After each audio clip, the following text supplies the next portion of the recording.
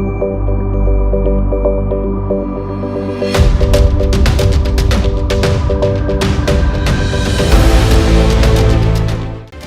दी angle में आपका स्वागत है और मैं हूं आपके साथ आयुषी। चलिए आज के बुलेटिन की शुरुआत करते हैं सुर्खियों के साथ। पेट्रोल डीजल की बढ़ती कीमतों पर देश भर में गरमाई सियासत। शिवसेना ने कहा आखिर पेट्रोल के शतक पर क्यों चुप हैं अक्षय कुमार और अमिताभ बच्चन। राजस्थान में मिशन इंद्रधनुष 3 के पहले चरण का आगाज हुआ। राज्य स्तरीय कार्यक्रम में मौजूद रहे स्वास्थ्य मंत्री डॉक्टर रघु शर्मा। 24 जिलों में गर्भवती और 2 साल तक के बच्चों को लगाए जाएंगे टीके। पायलट गहलोत गुट की लड़ाई में कूदे वरिष्ठ पत्रकार ओम थानवी। कोट सावदा की किसान महापंचायत को करार दिया बेसब्र महत्वाकांक्षा। राजस्थान के आम बजट से पहले भाजपा ने बुलाई कोर कमेटी की बैठक। उपचुनाव को लेकर तैयार की जाएगी जीत की रणनीति। देश में तेल और रसोई गैस को लेकर सियासत शुरू हो गई है। इसको लेकर शिवसेना ने सामना में एक लेख लिखकर केंद्र सरकार और अक्षय कुमार और अमिताभ बच्चन जैसे बॉलीवुड की हस्तियों पर कटाक्ष किया है। सामना में लिखा गया कि आज पेट्रोल की कीमत शतक मार चुकी है और डीजल 90 के पार पहुंच गया है। अंतर्राष्ट्रीय बाजार में कच्चे तेल की कीमतें लगातार गिर रही हैं, लेकिन इसका लाभ देश की जनता को नहीं मिल रहा है। शिवसेना ने आगे लिखा कि इस मुद्दे पर जो बोलेगा उसे देशद्रोही कहा जाएगा। यही नहीं, लेख में आगे लिखा गया कि 2014 से पहले अक्षय कुमार और अमिताभ बच्चन जैसे कई अभिनेताओं ने तेल की बढ़ती कीमतों पर अपनी राय रखी थी, लेकिन अब पेट्रोल के 100 के पार होने के बाद भी ये सेलिब्रिटी चुप क्यों है। देश का तीसरा और महत्वाकांक्षी चंद्र मिशन चंद्रयान 3 अगले साल के आखिर तक लॉन्च होगा। भारतीय अंतरिक्ष अनुसंधान संगठन के प्रमुख के सिवन ने कहा कोरोना और लॉकडाउन की वजह से कई परियोजनाओं की शुरुआत में देरी हो गई। सिवन ने कहा चंद्रयान 3 बहुत कुछ चंद्रयान 2 जैसा ही होगा, मगर इसमें कोई ऑर्बिटर नहीं होगा। जो ऑर्बिटर चंद्रयान 2 में था उसी का इस्तेमाल चंद्रयान 3 के लिए भी किया जाएगा। हम इस पर काम कर रहे हैं। हम इसके लिए एक प्रणाली विकसित कर रहे हैं और ये 2022 में लॉन्च कर दिया जाएगा। भारत और चीन ने पूर्वी लद्दाख में सेनाओं को हटाने की प्रक्रिया को लेकर 10वें दौर की बातचीत की। बातचीत में वास्तविक नियंत्रण रेखा पर संयम बरतने और बातचीत जारी रखने पर सहमति जताई। सकारात्मक माहौल में हुई इस बातचीत में दोनों पक्षों ने पैंगोंग झील से अग्रिम मोर्चे के सैनिकों को हटाने की प्रक्रिया सहजता से पूरी होने पर सकारात्मक रूप से संतुष्टि जताई। भारतीय रक्षा मंत्रालय द्वारा जारी दोनों देशों के साझा बयान में कहा गया कि जमीनी स्तर पर हालात को नियंत्रित और स्थिर बनाए रखने के लिए आपसी रजामंदी से स्वीकृत प्रस्ताव को संतुलित और व्यवस्थित तरीके से आगे बढ़ाएंगे, ताकि संयुक्त रूप से सीमा क्षेत्रों में शांति और सद्भाव कार्यक्रम रखा जा सके। 3 नए कृषि कानूनों के खिलाफ चले आंदोलन को किसान अब और तेज करने की तैयारी में है।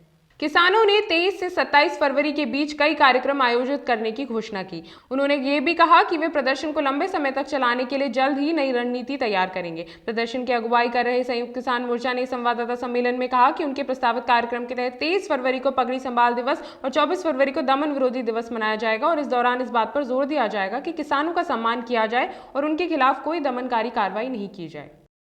बीते 2 दिनों से कोरोना वायरस के दैनिक मामलों में देखी गई है बढ़त और ये आमजन के लिए एक डर का खतरा बन गई है। पिछले 24 घंटों में भारत में 14,199 नए कोविड-19 मामले सामने आए हैं। 9,695 लोग ठीक होकर डिस्चार्ज हुए, जबकि 83 मौतें हो गई हैं। भारत में अब तक 1,10,05,850 केस सामने आए हैं। वहीं देश में मरने वालों का आंकड़ा 1,56,385 हो चुका है। इसके अलावा देश में 1.5 लाख से अधिक मामले सक्रिय हैं। राजस्थान में आम जनता के बेहतर स्वास्थ्य के लिए चलाए जा रहे टीकाकरण के तहत मिशन इंद्रधनुष 3 का आगाज हुआ। मिशन इंद्रधनुष 3 के पहले चरण का आगाज चिकित्सा मंत्री डॉक्टर रघु शर्मा ने किया। भीलवाड़ा के न्यू बापूनगर स्थित सामुदायिक केंद्र में इस राज्य स्तरीय कार्यक्रम की शुरुआत हुई।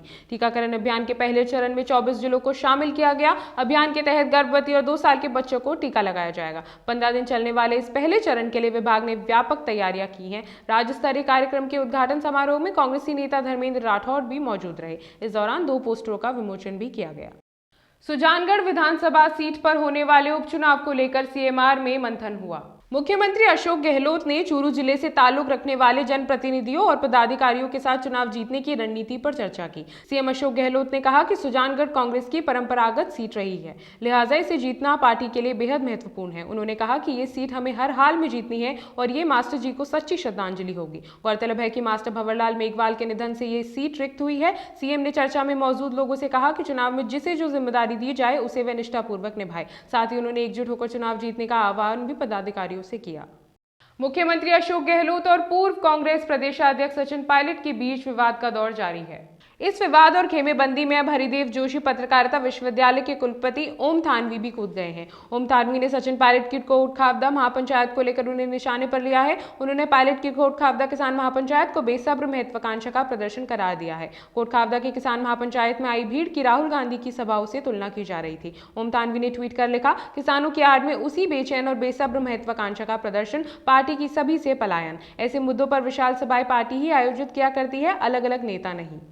राजस्थान विधानसभा में आगामी 24 फरवरी को प्रदेश का बजट रखा जाएगा। उससे ठीक एक दिन पहले भाजपा ने अपने प्रदेश कोर कमेटी की बैठक बुलाई है। ये बैठक मंगलवार दोपहर 4 बजे पार्टी मुख्यालय में बुलाई गई है। भाजपा प्रदेश प्रभारी और पार्टी के राष्ट्रीय महामंत्री अरुण सिंह भी इस बैठक में शामिल होंगे। भाजपा प्रदेश अध्यक्ष सतीश पूनिया की अध्यक्षता में होने वाली इस बैठक में पार्टी से जुड़े प्रदेश के सभी प्रमुख नेता शामिल होंगे। इस दौरान संगठनात्मक विषयों पर चर्चा के साथ ही आगामी दिनों में होने वाले 4 विधानसभा सीटों के उपचुनाव को लेकर भी रणनीति बनाई जाएगी। कोर कमेटी की बैठक में पूर्व मुख्यमंत्री और पार्टी की राष्ट्रीय उपाध्यक्ष वसुंधरा राजे भी शामिल होंगी।